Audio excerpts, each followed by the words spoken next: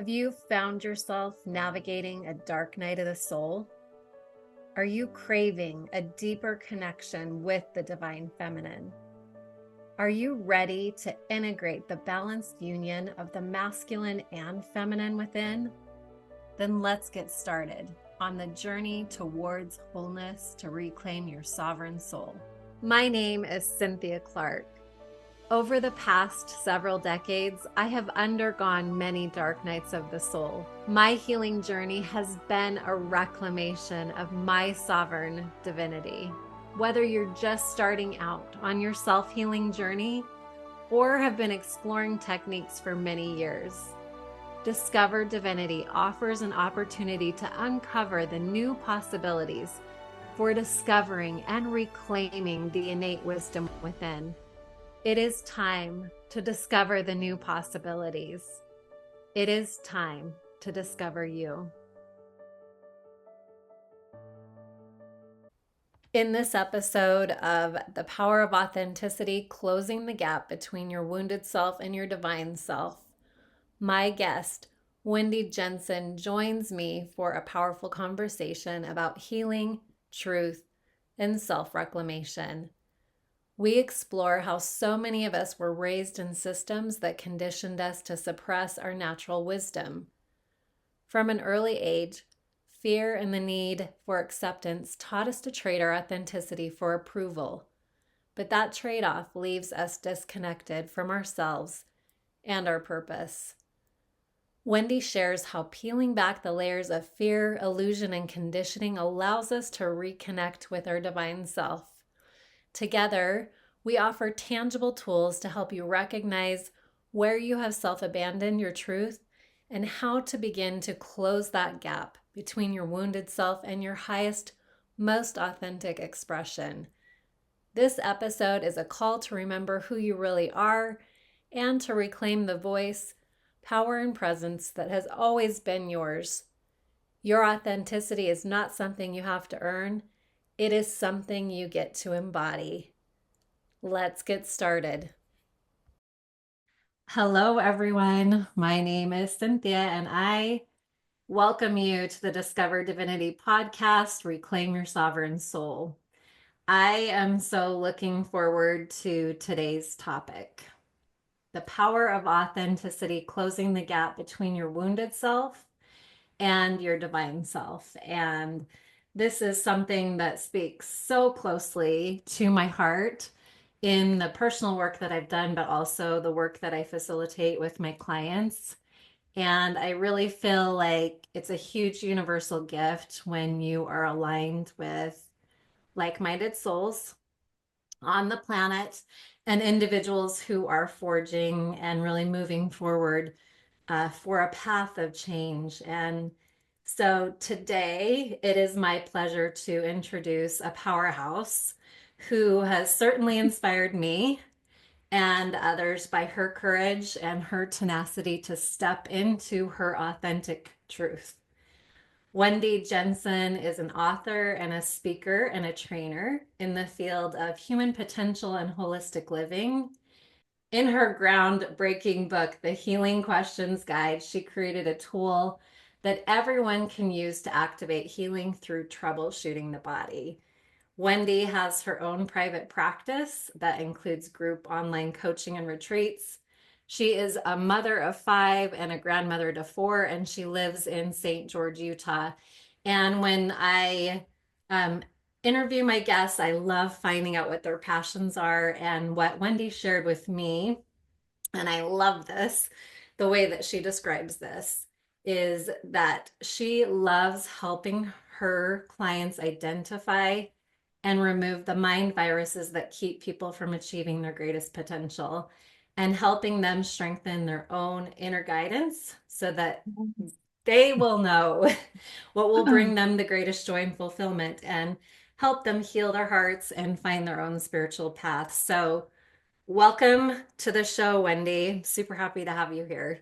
I'm so excited to be here. Yes. Oh, this is going to be a great show today. So I just kind of want to give you the 3 main highlights of what we'll be covering today, and then we'll dive in. How does that sound? Sounds awesome. I'm so excited. All right, so today we're going to be covering three main topics. And the first thing is why authenticity matters. Second is what self abandonment is and ways that we can identify how and when we are self abandoning.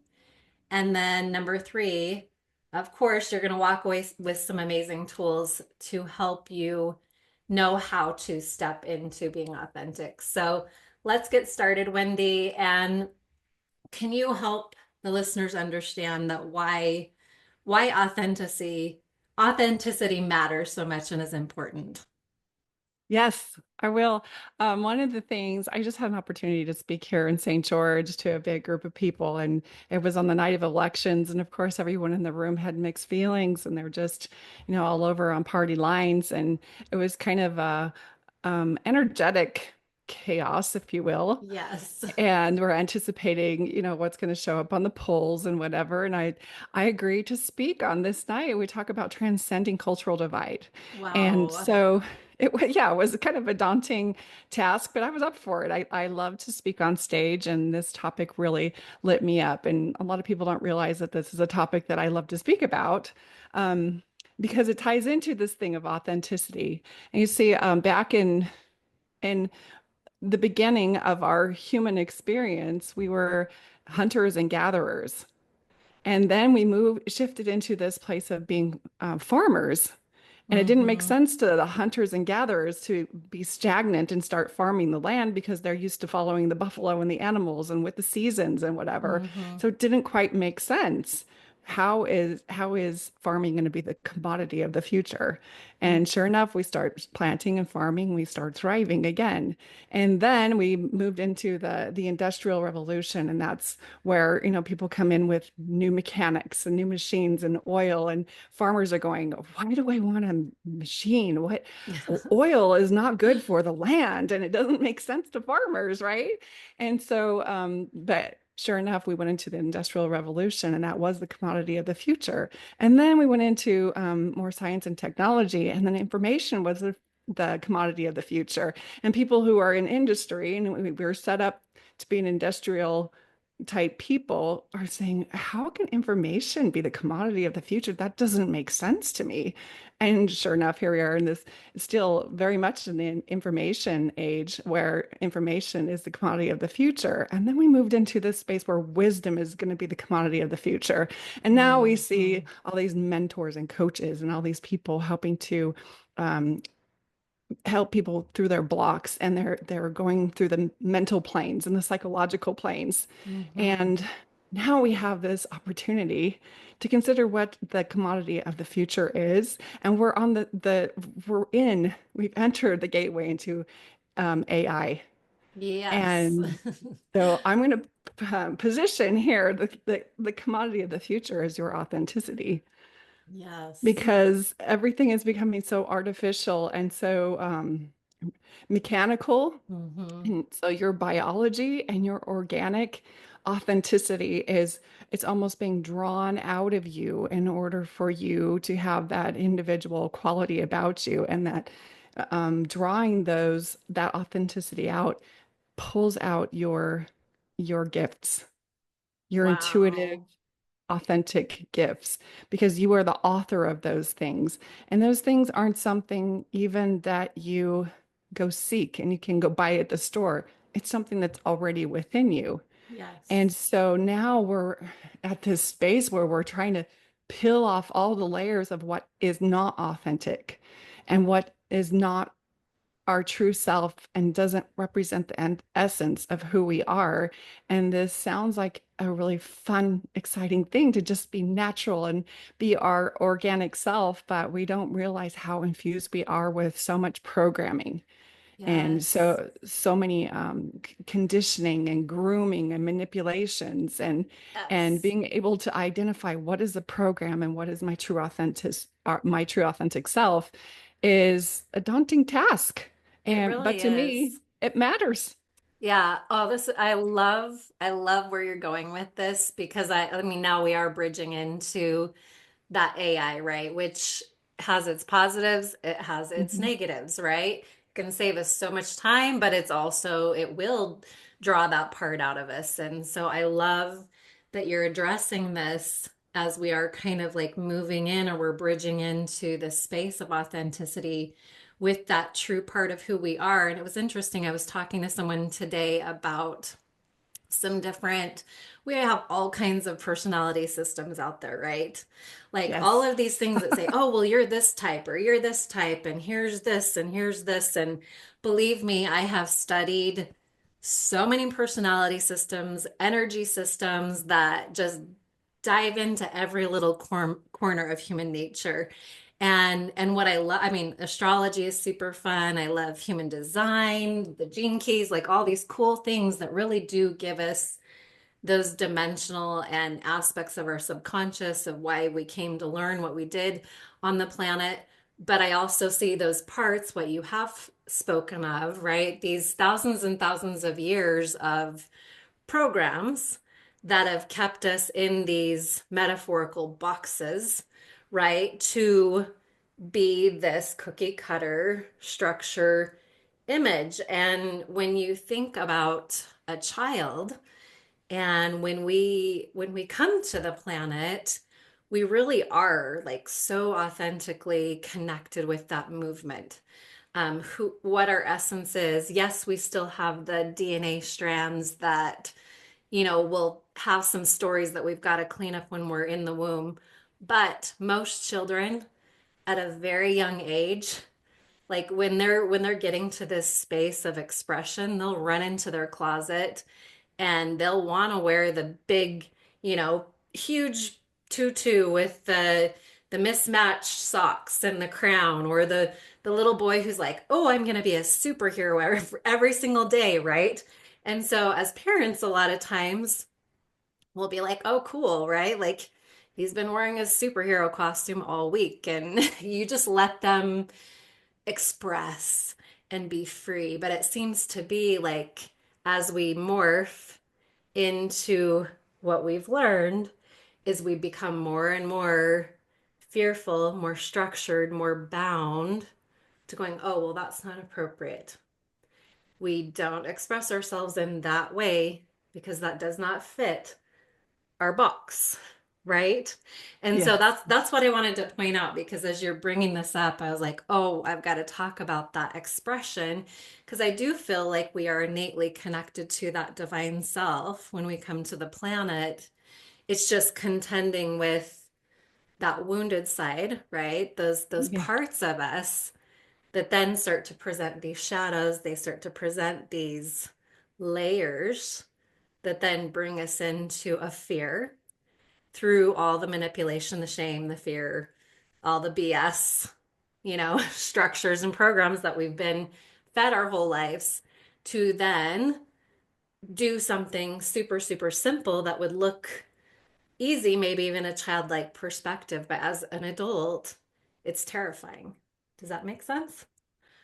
Well, yes, because we risk there's a big risk that when we agree to take on this adventure into authenticity, and that is we have to come to a point where we're willing to risk being seen Mm-hmm. fondly, and we can even risk losing relationships with those closest Mm-hmm. to us, our partner, our children, our parents, in order to stop betraying ourselves. Mm-hmm. And that's a level of self-abandonment that we Mm-hmm. are taught to do when we were little. I know it was Yes. taught to me in my culture. It was taught to me to receive the approval of my parents, approval of my Yes. teachers, that if I performed a certain way, then I would receive approval, and that approval felt a Yes. lot like love, but it is very much a, a a false love, if you Mm-hmm. will. It's a performative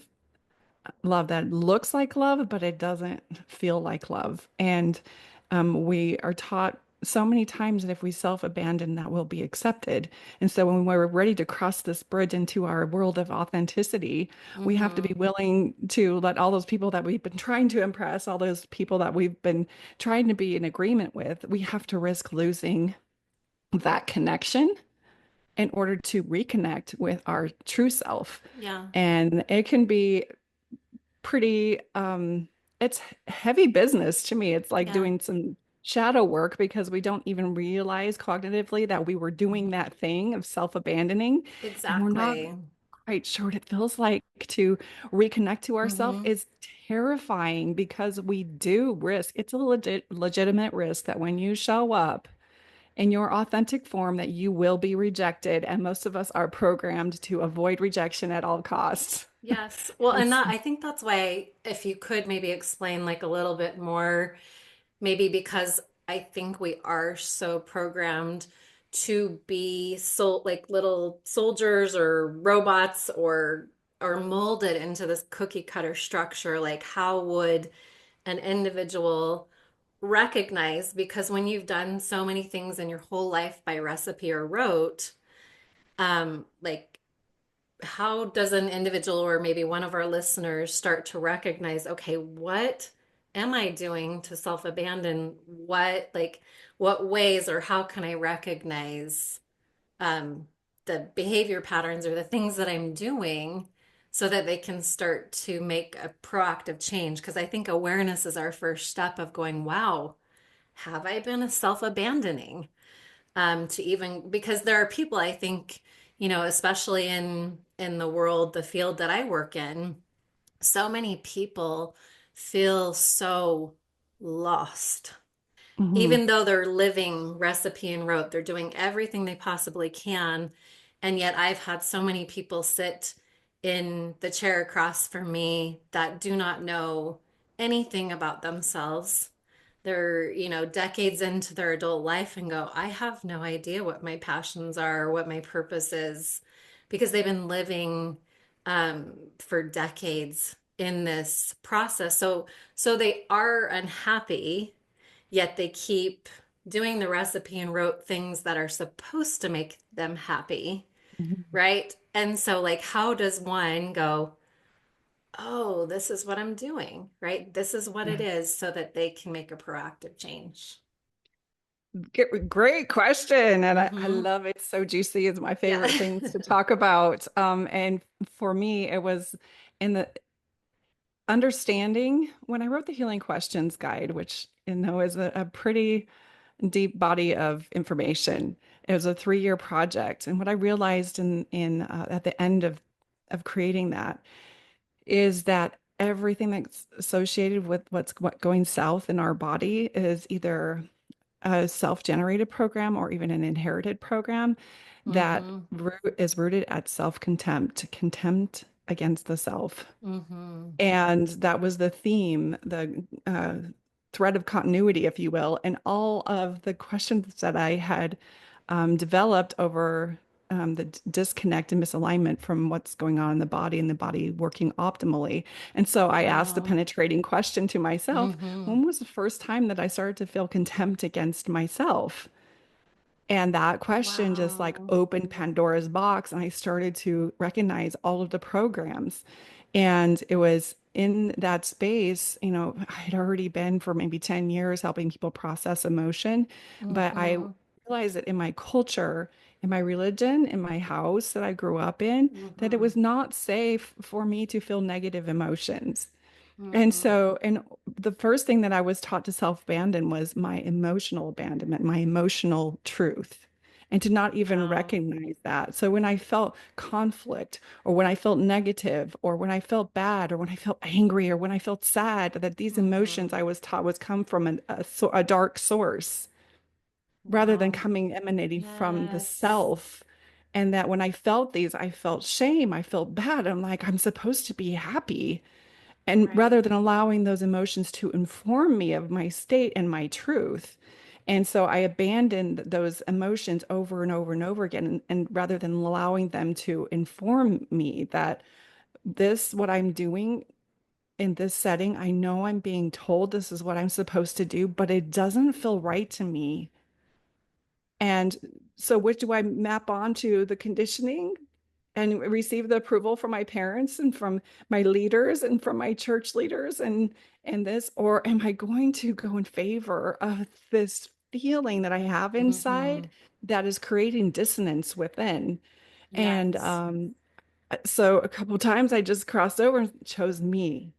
And every time Wow. I've chosen me since then, I felt like a surge of dormant power, or even a an energetic reinforcing power within me be restored into my energetic fields and into grounding my own self. And Yes. so I've started to witness when I'm feeling that dissonance to say, okay, there's something that's I'm being told right now is the truth, but there's something else here. Yes. And in that space, I just want to put a little caveat here, and that is there's a difference between being suspicious all the time and being skeptical. And a Wow. healthy skepticism is good for you, but being suspicious and not trusting anything actually can stifle our own growth. Yeah. And I But think we can go into pendulums, right? Like we can go into the pendulum where in systems and structures, we are pushed so much into really not thinking for ourselves, really just Mhm. trusting a structure or a system so much that we bypass our own internal guidance Yes. system, right? You're on this end of the pendulum. And then when you have something that's life shaking or completely devastating, where that falls apart and you're betrayed, or you go through something that rocks the boat in such an extreme traumatic way, you do go to a space which will then propel you all the way to the opposite end of the pendulum and Yes. puts you into zero trust whatsoever. And maybe over in this side of the pendulum, you didn't ever trust yourself fully in the first place, but then you swing all the way over onto the opposite side of the pendulum, and then you stop trusting everything, everyone around you. And then you deepen your mistrust of yourself again Mhm. because you think, well, how in the world could I have been so dot dot dot? You can fill in the blank, right? Of someone who maybe goes through a betrayal of any kind, that then thinks, well, what's the matter with me? Like, why did this happen to me? And you don't, and you question, and then you question your own ability to make judgments. And so it really is about coming on these two opposite ends and coming back into more of like the balance skills, right? Coming Yeah. into central space of learning how, once you have been betrayed or you go through a deep trauma of any kind, shape, or form, which, like we've been talking about from the beginning, thousands and thousands of years of programs that do tie into this manipulation or fear or shame, we have to start to like recognize it first of all, awareness, but then start to peel back. Just like you were saying, you were like, oh, when was the first time that I had this self-contempt? um, and start to go back in the memory field and start to pull back the layers and go, okay, where is where is truth, right? Like what Yeah. is where is that truth? And when we do, I think this was something very powerful for me, and I encourage my clients to do on a regular basis, is if your thoughts or your belief systems are rooted in the foundation of shame. So something that puts you against yourself, right? Like I'm fat, I'm a loser, I'm untrust, like I'm not trustable, or etc. Like just think of all the things where we attack ourselves, right? That have been perpetuated by systems that say you're wrong, you're bad. And that's complete bullshit. Mhm. Like and once you know that shame is not uh a naturally vibrational frequency in our human bodies. And it's something that someone else, another energetic frequency, structure, person projects on you. Um, that's not what we're designed to be. Yes, we have guilt because guilt, I think, helps us to a certain extent so we can go, wow, I hurt that person, and I feel sorry that I hurt that person, and it helps us go, oh, I apologize. I'm sorry. But when we move into a shame-based paradigm, that's when you start to go, well, I am such a loser because I did this, and I'm all these bad things are going to happen to me because I made this choice. And I think when we can start to realize when we bridge that part right there, it's instant lie, and we got to cut it off. Like it's a serious severing of a cord. And I feel like shame is like a huge root. So hopefully that all kind of coordinates together in what you're talking about with self-contempt. And we can come into that center. Yeah, I think it comes really down to, what does truth feel like in my body? Mm-hmm. Because I've grown up my whole life, this is true and this is true and this is true and this is true, and now we have like this whole media circus where everybody's trying to tell us, well, this channel's telling you the Mm-hmm. truth and this channel's telling you the truth and this channel and this Right. religion's true and this Mm-hmm. religion's true and this candidate's true and this candidate's true and this book is true and this book is true. And Right. so everything is such a mix that it's almost like forcing us to go inside, thank goodness, to understand what truth feels like for us within our body, because it feels different in our mind. In our mind right now, especially with the information coming through our little black box so fast Yeah. and such a rapid rate, that if we don't practice coming into that grounded space and knowing what feels true for us and fighting for what feels true for us, then we'll get sucked into that artificial truth. We'll get sucked into Mm-hmm. whatever truth and whatever bias and whatever echo chamber that uh, feels non-disturbing and comfortable for us, where we're hearing everybody repeat things back to us the same way that we believe. And that's not Yes. necessarily true either. The truth is usually somewhere on the wave in the middle. And so Yes. that's why we have to learn how to understand what feels true for us. I was told so many things were true, and this is forbidden, and that is forbidden, and that is true, and that's what you have to do, and that's appropriate, and this isn't appropriate. And now in my adulthood, in my adventure, is to say, okay, what is true for me? What feels right for me? Because what I'm finding out is those things that were forbidden for me, that I was taught were forbidden, actually become portals into higher levels of consciousness. Ooh. Yes. And so then I cannot trust the source that I was taught to trust the most. Now I'm skeptical of that. And Mm-hmm. now I have to sift through and say what part, and I would have to say my religion is my religious experiences where this has shown up the most for me. Mm-hmm. There is some in my schooling. And but in the religious one, that's the one where I'm taught to be kind, I'm taught to tell the truth, and then I'm taught to do this, and I'm taught to do that, and I'm taught to, this is where you go in order to feel connection to God, and this is what you have to do in order to feel the spirit, and this is what you have to do. I'm told this regimented, this is what's true, and if you follow it, this will be the outcome. And I Yeah. followed it so meticulously enough to know that that was not going to be my outcome, and that Mm-hmm. I constantly, because I couldn't get to that place of happiness that I was promised, I lost um, confidence in what I had been trained to be the source of truth. Yeah.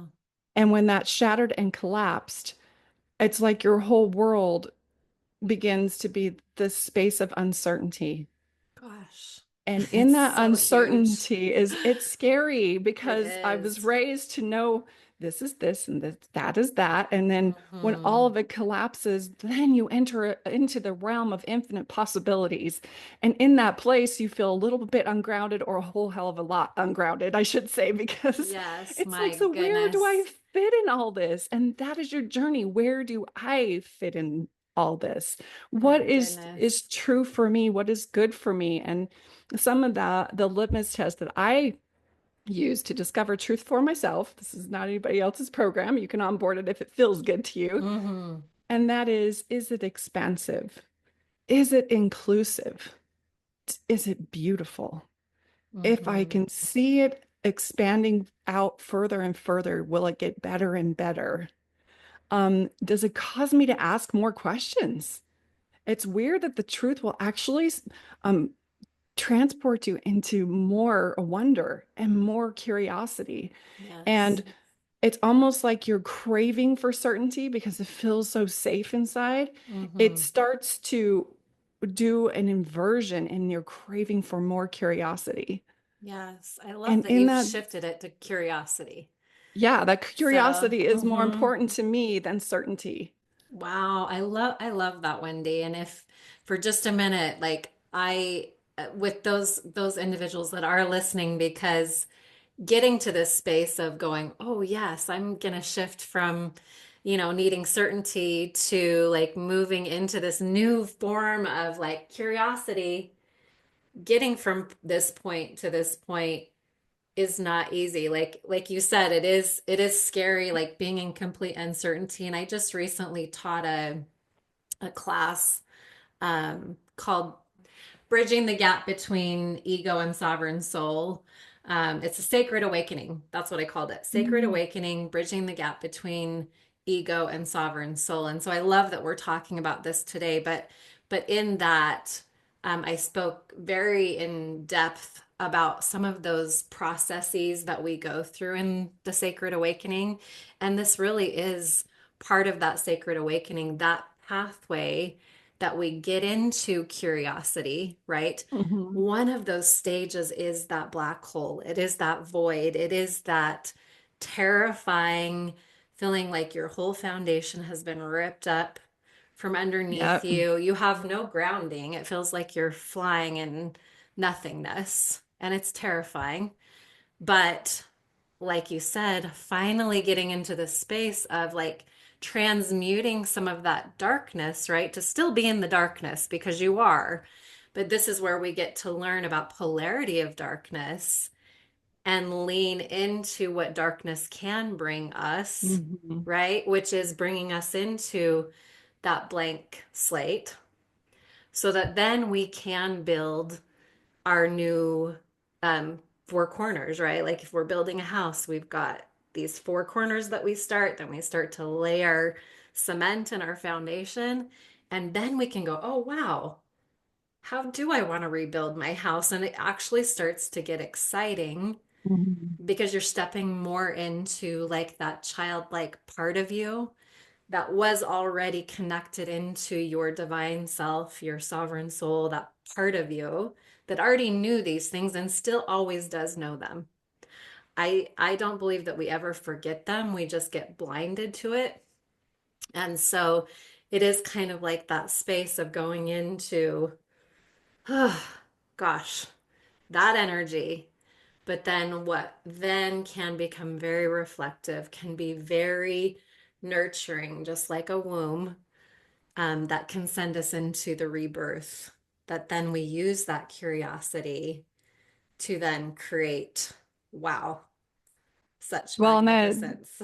that curiosity, it's most activated when like all chakras are lit up, right? Yes. Especially that sacral chakra. And when we're Mm-hmm. children, it is alive until it is squished out by our parents who are afraid that something terrible is going to happen to it. So it's Yes. ironic that it's done through love and through Mm-hmm. protection, but it actually shuts us off, especially if we are groomed and conditioned into programs based on fear. And for me, Mm-hmm. uh, the programming that I was entered into in my family and in my culture was a fear of losing my family, those most intimate Yes. relationships, fear of not being with God, fear of Mm-hmm. not having the spirit with me, um, a sense of obligation because of what Christ did on the cross for me. Um, Guilt that I'm not measuring up, and they're constantly chasing this feeling of when am I ever going to be adequate? And that Mm-hmm. constant angst over me is now lifted when I stopped being afraid of the dark, like you said. Yes. And instead, I Yes. went into those uncomfortable feelings and I went into there's an aspect of me that I'm not willing to even look at, let alone accept that that is me. And I started Mm-hmm. to accept that I'm rigid-minded, I'm judgmental, I'm afraid, I manipulate and try to control because I Mm-hmm. don't, because I want my children to stay on this rigid path that I've Yes. provided for them, because I'm afraid if they don't, that I'll lose them in the next life. Yeah. And that rigidity, um, when it collapses and you allow yourself to be in this world of infinite possibilities, you begin to be governed by your sense of morality inside rather Mm-hmm. than this list of rules that was programmed into you. And Yes. and to me, that is understanding that you are both the light and the dark, and that you have Mm-hmm. no reason to be afraid of the dark. um, that every time you go again into that forbidden portal, you recognize I cannot repair or align with my divine self until I Mm-hmm. accept my messiness and my wildness.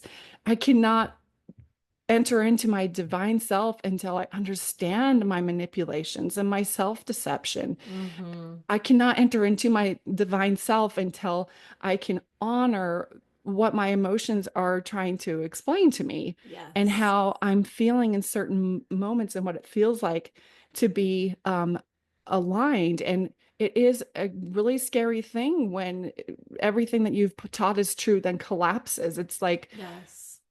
for me, it was close to when the Twin Towers collapsed.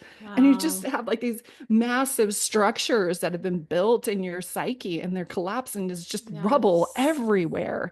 And you're Right. sifting through it and clearing it out. And I see bulldozers. I can't imagine just everything that had to happen to clear that space. But Yes. I went there with my daughter soon after. They're into New York and they have the reflective pools. And now what you Mm. see when you look in is a reflection of yourself. And to me, that was Wow.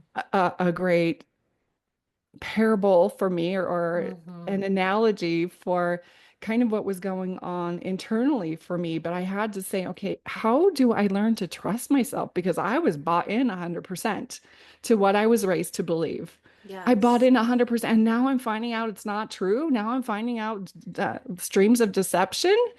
And Mm-hmm. now, how can I trust myself? Yeah. And this is because woven into the things that I was taught is that I had to beware of deception and beware of pride.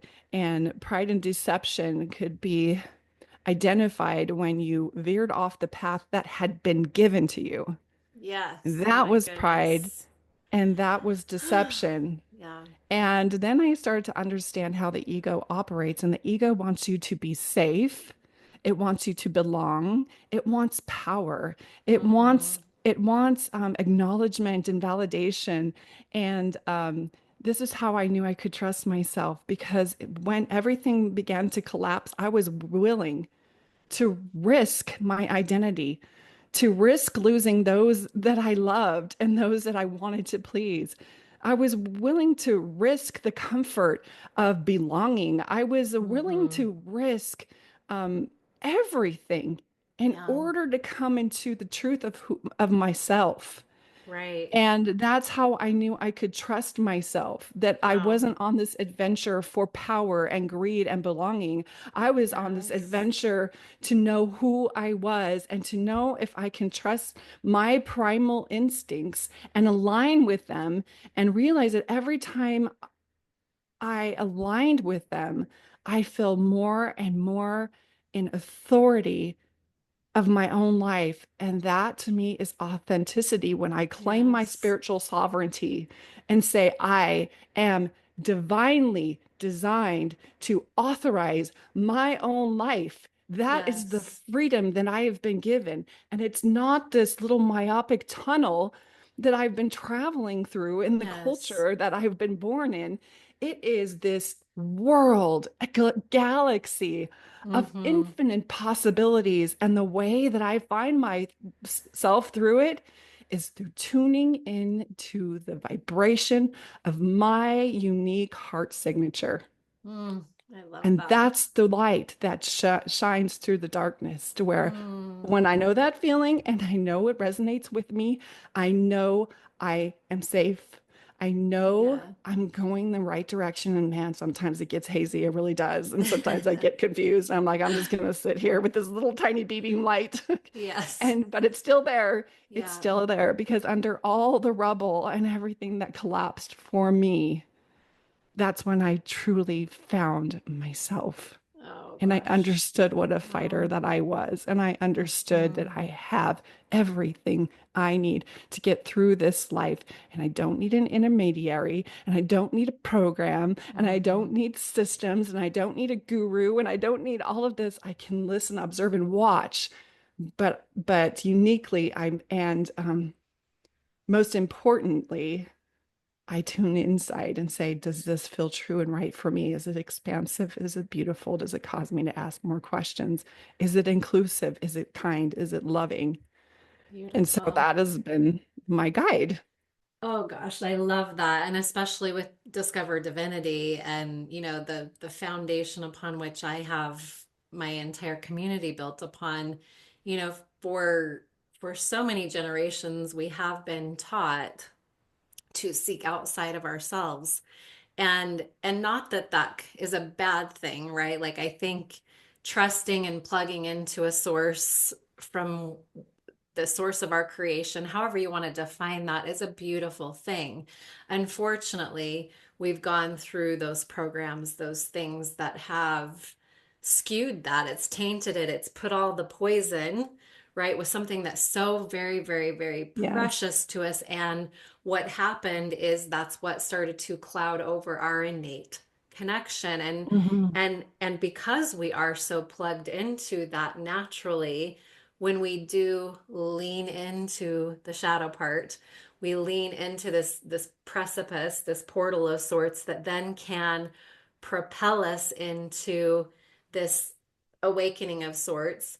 Then are we back into that awareness? And I love how you explained that so beautifully, to really just connect into that heart signature, because that is the divine within. That Mhm. is listening to the sovereign compass of this beautiful pure love divine source that we always have access to. Yes. There's nothing that we have to do or be or accomplish in order to have it. It is ours. It is our sovereign birthright.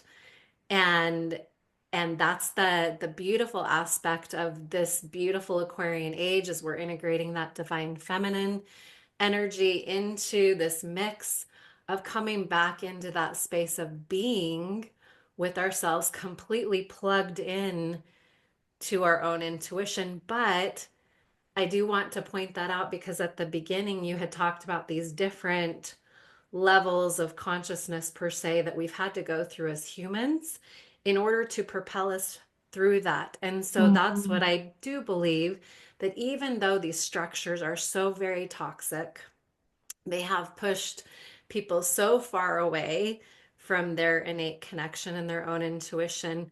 This has been almost a necessary part of the process, um, to kind of be pushed on that side of the pendulum, right? We talked about these extremes of being so pushed to one side and then having to go push to the other side to finally come back into central once again, and Yes. to begin to come back into your heart signature, be in the stillness, right? Be in that stillness, and begin to trust yourself, to listen to yourself and ask yourself those beautiful questions.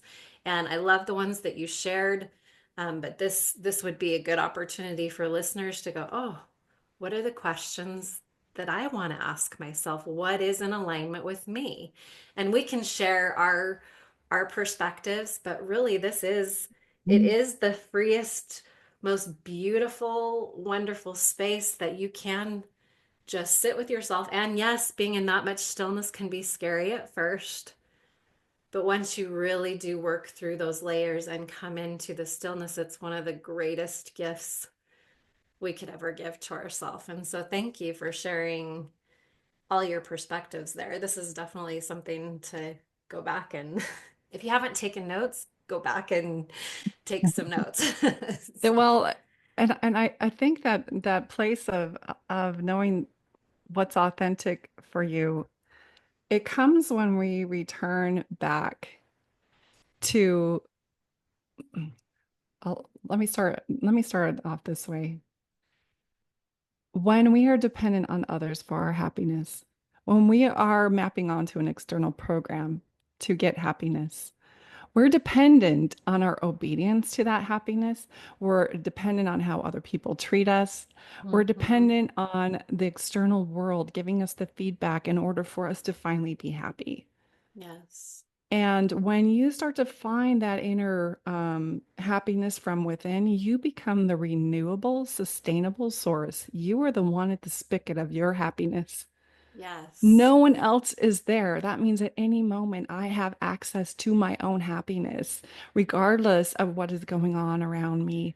And in a world of Yes. chaos, and there can only predict that there's going to be a little bit more before it starts to get beautiful again. Hmm. Um, that being able to ground and root in that energy field and the practice of that, you will start to understand that you are enough, that you are the source of your own energy and your own power. And when you're grounded and rooted in that place, it might sound selfish, but is the most selfless thing that you can do, is the most kindest gift that you can give others. Because Yeah.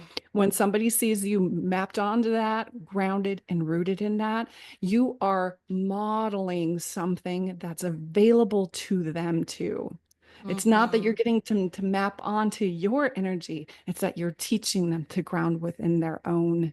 And that is, to me, the greatest gift. And It many is. times it comes in that place, and the authenticity bubbles up within us when we are in play, when we are Yes. dancing, when we are singing, when we are writing poetry, when we are doing art, when we are riding a bike, when we are active and we're in that childlike place. Hmm. That's when we're actually accessing that authenticity, and it starts to radiate through us, and it has access um, to raise our vibration. Yeah.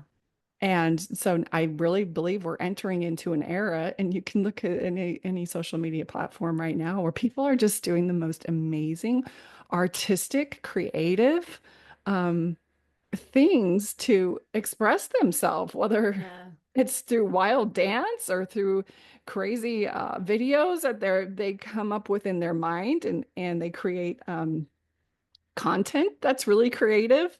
The art world is coming back to life. So is the poetry, and all these things are rooted in our authenticity, um, in spite of uh, the AI. Yes. And that's that, it's that stream, right? Of people being able to still stay rooted and Yeah, connected into, because being an authentic being is so important, right? Like just like a snowflake, there are no two snowflakes that are alike. right. We are all authentic in Mhm. the way that we were created. And so yes, we can go in and we could move into this AI, technological stream that's going to happen, and you could put yourself into a box. But who wants to do that? Like after you get into the void and the black hole and all that dark messiness, and you really lean into your shadow work, you come back into a space more enlightened, more awakened, Mhm. to go, no, I do not want to be like everyone else. I want to live my purpose and my passion. And it is kind of like that firefly to the light magnetism. And that's where I think that true happiness, living from that authentic space is. Although, right, for those that are listening, there may be a lot of individuals that are not there yet, right? They're not in that space of going, oh, this is super, super scary. Like I don't even know who I am, first of all, right? They could be at that hurdle. Mhm. They could be at the hurdle that they're like, okay, well, I went over one hurdle, but I'm in this space and I need to jump over Yeah. the next. And I think ultimately, when I look at this and how you're talking about, the space when we get to pull from our own spigot, we have to really deconstruct, what we have been taught about love first of all, but we Yeah. also have to come face to face with rejection.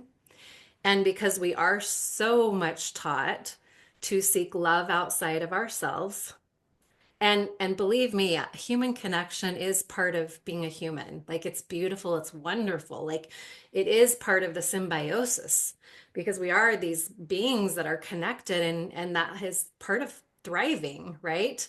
Yeah. So it is important, but we've become, like I said, so pushed over to that pendulum that we become so codependent. We become so far from being um, independent, right? Like that we lose these parts again, and we don't learn how to be interdependent.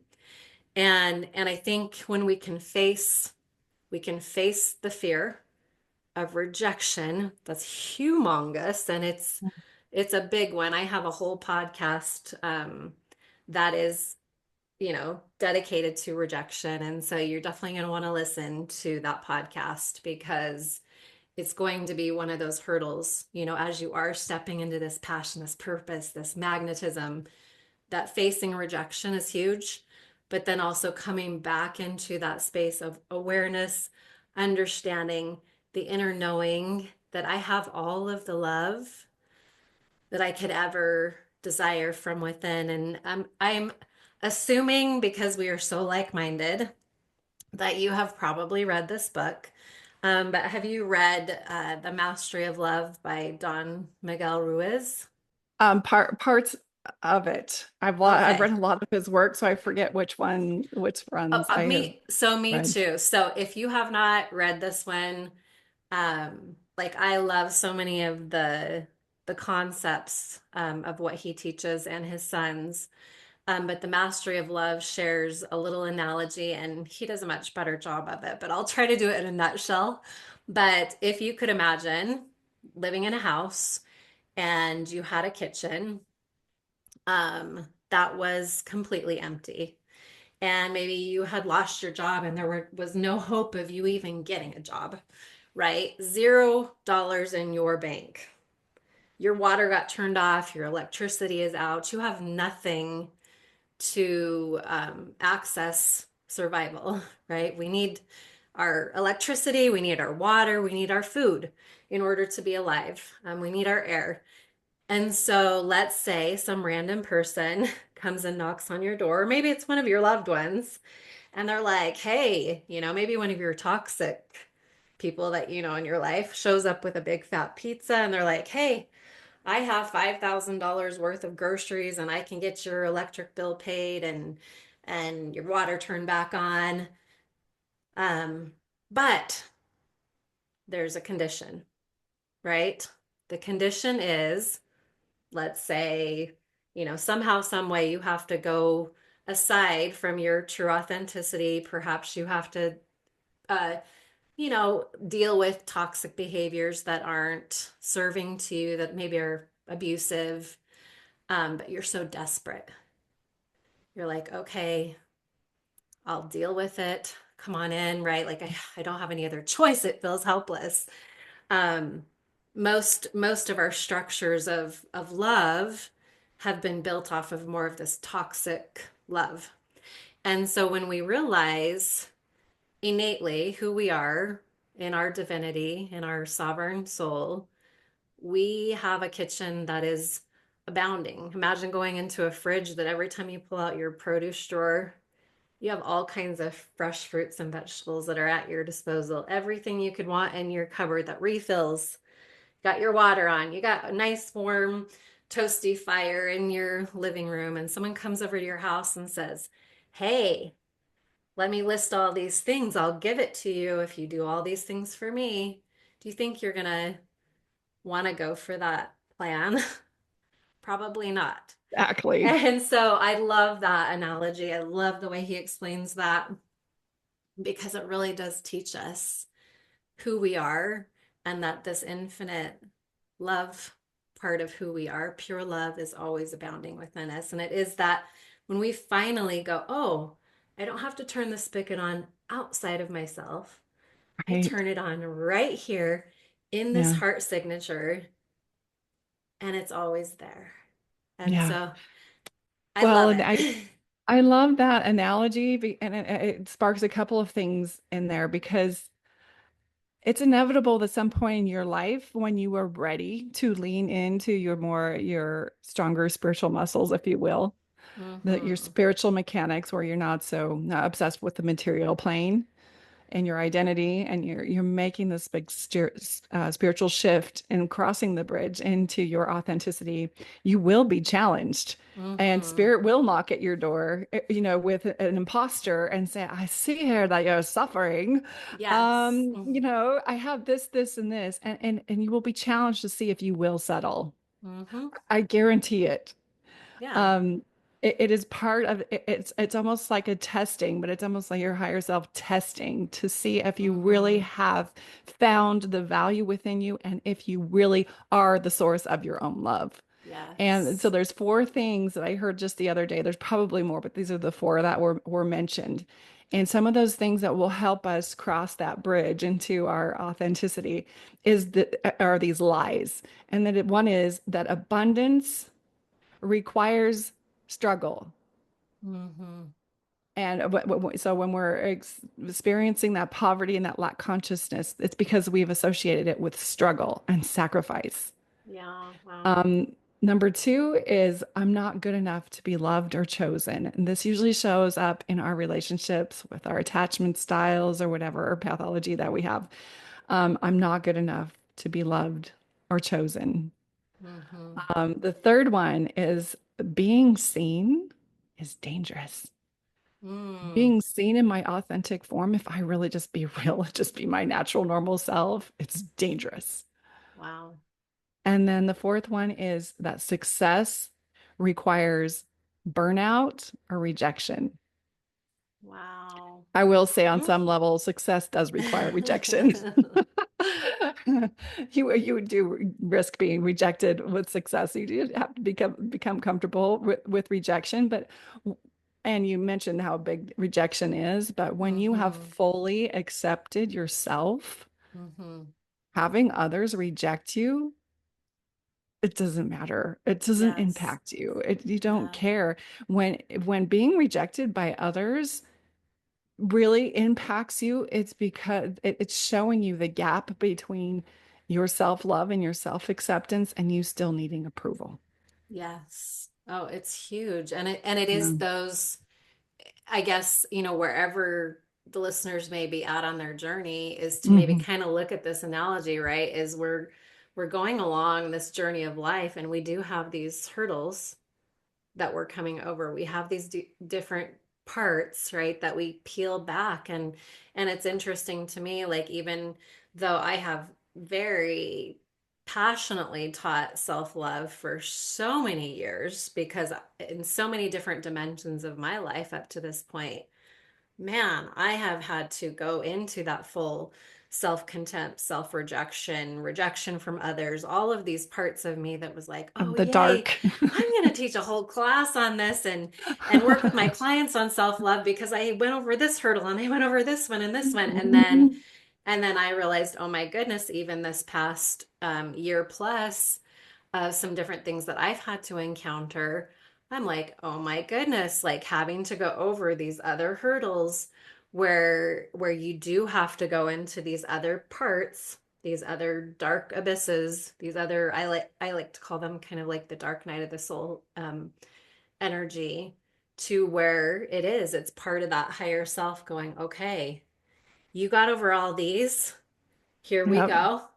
And are you really going to choose yourself? Hmm. And that's a part, many times this past year where I had to look into my eyes and look so deep into myself, to go into this space of love that I did not think I would ever have to go to.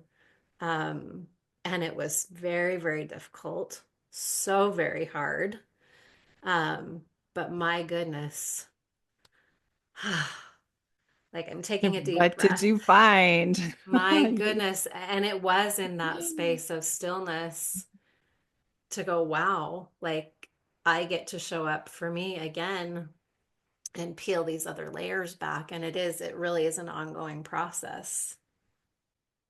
It absolutely is. It's not like once you've done it, you're done, and now you just get to live in this state of bliss forever. Yes. No, it's like eternal spiral that we keep circling around Yes. in different strategies and different scenarios, but we're still rising upward. We're still Yes. coming into that place of our highest self when we're connected. I mean, what we're talking about is letting go of the programming. That's just the Hmm. beginning. It's just Oh the my beginning. gosh, yes. My goodness. And I love the way that you explain the spiral.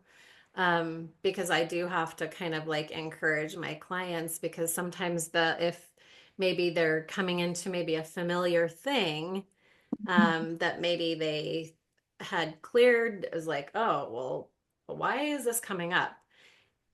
You're not in the same place you were. Like Right. there's just you had to go through these different levels of the spiral to finally then come up here and go, okay, how do I view this in a different way? How am I responding differently? And in what Hmm. ways am I choosing myself? How am I living more authentically? And so sometimes we have to lean into maybe some of those darker parts or those hurdles, um, as just a deeper sense of learning Hmm. and awareness, Well, that brings and us into that. every time that we spiral around and we think, "Oh my gosh, I thought I heard he worked on this stuff." Yes. We have to trust that we still have a wellspring of wisdom from the last time we were able to get past it. And that usually Yes. happens for me. It shows up strongly in relationship, Mm-hmm. where I'm in a long-term relationship and just struggling and struggling and struggling. And then I thought I knew what I wanted. And then I'm in a different relationship, but then things start spiraling around in a different way. And I have to address it in a different way, Yeah. but I do it quicker. Instead of a Mm-hmm. 30-year cycle is more like a 3 or 4 year cycle. And then sure Yes. enough, it'll pop in again.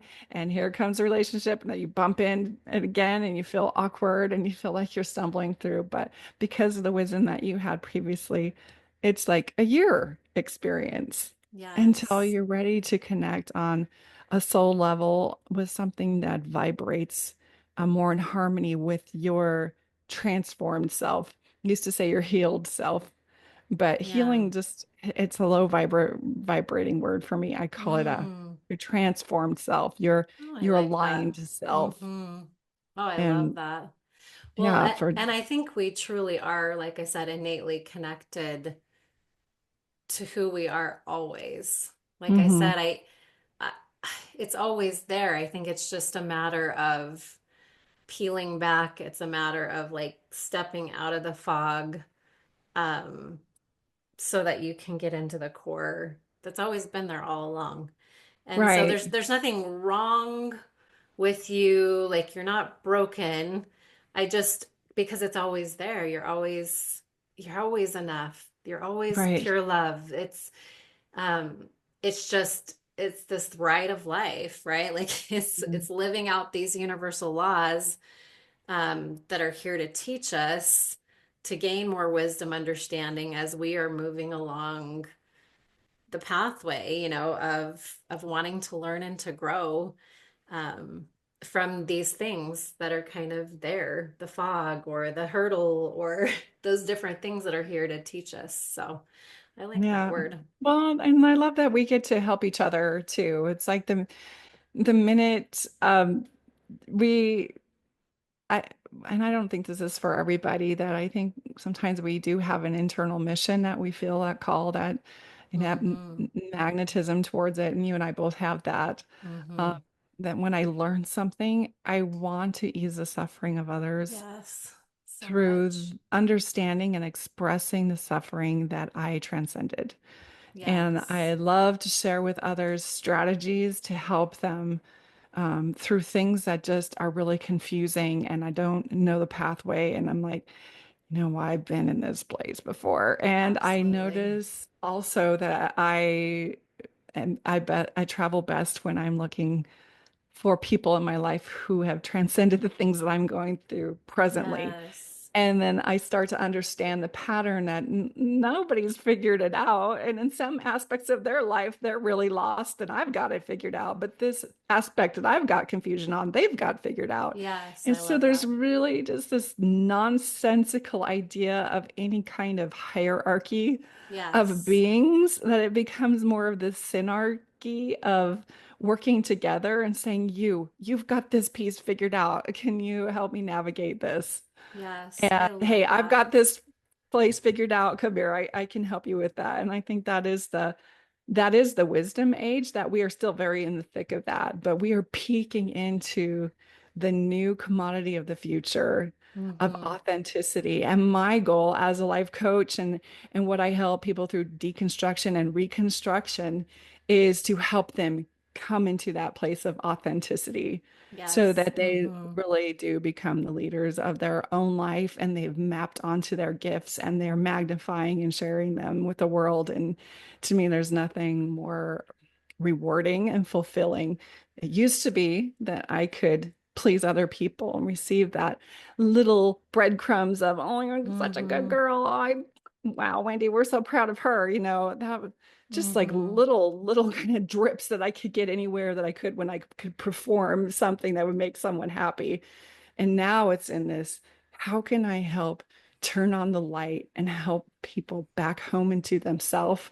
And then when I Yes. see that light up, I'm like, ah, they gave me Yes. permission to carry them or to help them navigate the journey. And that feels by far more rewarding. It is. My goodness. It is. And I loved the way that you said, how it really is kind of like this. I don't even remember the word you used, but you just put it on this level plane because everyone are at different journeys in their life of where they're learning and gaining and growing, and we're all in these different parts, but it Mhm. doesn't mean anyone's better than the other Right. person. But like that's the Mhm. beauty of going through, someone that has gone through something, they jumped that one hurdle that you're in the process of trying to go over. And that's why I do believe, the work, coaching, and sessions and different things like that can be so empowering because we are here to work side by side. We are here Mhm. to just really help and assist one another. And my goodness, like at the age I am, having adult children, um, and having gone through what I went through for as long as I did, to give them a shortcut. Yes. Like Yeah. that has been my greatest gift as a mother. Yes, I realize each of my children have to go through their own experiences, Mhm. but having to have gone through so many hurdles, obviously it's up to them how they want to receive the information if they would like it. But I think about certain situations and I'm like, wow, I went through about 10 to 20 years of this. And instead, you can skip over all these years and here's a Yeah. really cool solution. And my goodness, like that has been so, I've been so grateful to be able to do that for my family, my clients. And it is just an honor um, to facilitate. So I know No, you I had, agree. yeah, go ahead. Did you have something Uh, to say before There you was, told yeah, everyone? there was just one more. It's a short piece, but it is a clue.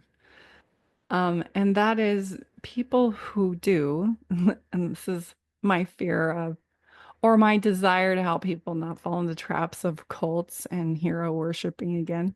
Mm-hmm. And that is when people do position themselves as knowing more or being better, or they have this attitude as, oh, we're one of the smart ones, or the blessed ones, Mm-hmm. or the holy ones, or the chosen ones.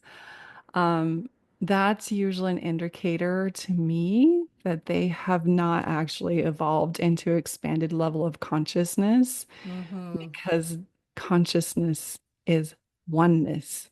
And if you Yes. can't find oneness in those that know less than you or those who are struggling, if you have Yes. contempt for people who aren't as smart as you, and you have contempt for that's still revealing to you that you have shadows of contempt against yourself because you're still seeing it in your external world. And Mm-hmm. so when it stops being a hierarchy, that means your ego has not collapsed, but you've recruited it on board to be in service of you instead of you Yes. being a slave to your ego. Yes, and that's being the driver, right? Like Yeah. being in the true groundedness and connectedness of your sovereign soul. You are the director of your life. Yeah. And as humans, we've learned to allow the ego, we've learned to allow the brain, the mind Hmm. to call the shots. And now this is where we're like, nope. I'm in charge now. And we get to Yes. use those parts of our ego that are actually positives because there are parts Mhm. of the ego that actually help us in our dimensional parts of making decisions in life and doing structural things and parts and dimensions of our personality that we can play with. But that's where we have to realize, okay, it can get into that toxic phase too, and that's where we Yeah. have to go, okay, I'm coming back to ground and connect myself into my innate wisdom, listen to my own intuitive self. And yes, the ego is just going to come right along for Yep. the ride as long as we're human, which as long as we have a human body, we've got the ego. But really my purpose is being able to help individuals take that part of their ego, take the sovereign soul, and we bridge them together in befriending the ego, right?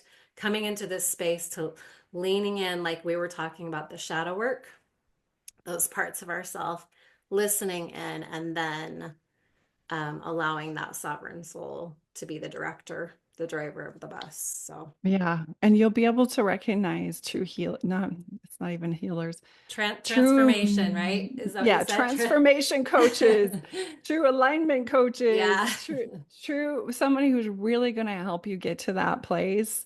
They will never position themselves as someone who knows better than you Right.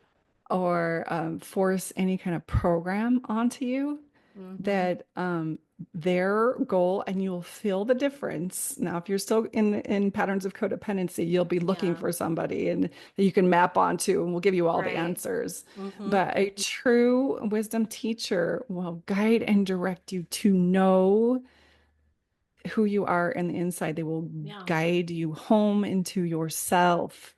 And Yes. that is you mapping onto your own program and Yes. you becoming in touch and aware of your own inner cosmology Yes. I love so that. that you can find your way back home. They don't tell you where the home is, they don't tell you how to get there, but they tell you some things that will help broaden your perspective so that you can find your pathway back to yourself. Yes, it is. It's coming back home to Yes. yourself, that divine innate wisdom. So it's as always, Wendi, like it is just always a pleasure. We were talking before this, about our passion and just how much we love what we do. And it's just really a privilege to rub shoulders and to be on this like-minded path, to really help others come into that awakening, into that awareness. So your time has just been so appreciated, and I love all the wisdom that you've shared. Is there anything else you wanted to share before we make sure? I think you had an offer maybe with your book that you were hoping to let the Oh, listeners yes, I tap do. into, and then your website if you want to go ahead and Have share that. I think I've got it in front of me too. If This is Oh, my book, The perfect. Healing Questions Guide, Relevant Questions to Ask the Mind to Activate Healing in the Body. And it is full of, you look up symptoms that are going on in the body. You'll have a series of questions, penetrating questions to bypass the ego, to interrupt the neural pathways, and to engage in a dialogue with your higher self using a question you didn't think to ask because you didn't know that that was the question your body is requesting for you to gain wisdom on. And so it's just a lifetime of healing, your own, and doing it on your own and making you the author of your own inner journey. And I would like to offer this to your guests. I'll give you a link to put in there so Perfect. they can get a discount on that, or you can get it on Amazon too. And Yes. and I'll It's also put the it's links one in of there. those books I think that you got to have next to your main ones, right? Like I put yours Yeah. right next to My Feelings Buried Alive and You Can Heal Your Yeah. Life. And like they're just very beautiful resource books.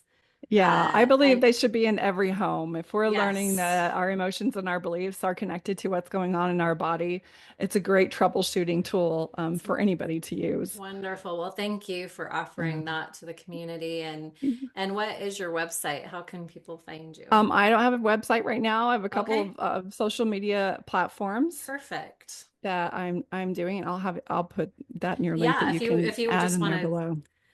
send I'll all of send those it to you. over and I'll put those down in the comments. And any last things Absolutely. you wanted to share Yeah, before the we head last thing I want to off? share is thank you for being on this journey. Thank you for, um, being brave enough to get out here and just even create a podcast and to overcoming, because I've watched you in the past couple years in your own deconstruction and reconstruction of yourself. And I'm just so proud of Oh, you. I hope thank you're proud of you. yourself because it does take a lot of courage to It step does. into leading into these ambiguous spaces and trying to Hmm. find meaning and then saying, hey, this is what I've learned and how can I help and support you? And doing this Yes. podcast is, it takes a lot of courage. And so I'm just Wow. grateful for the opportunity to support you in any way that I can. Oh, well, yes, thank you. That there's so much there, so much more.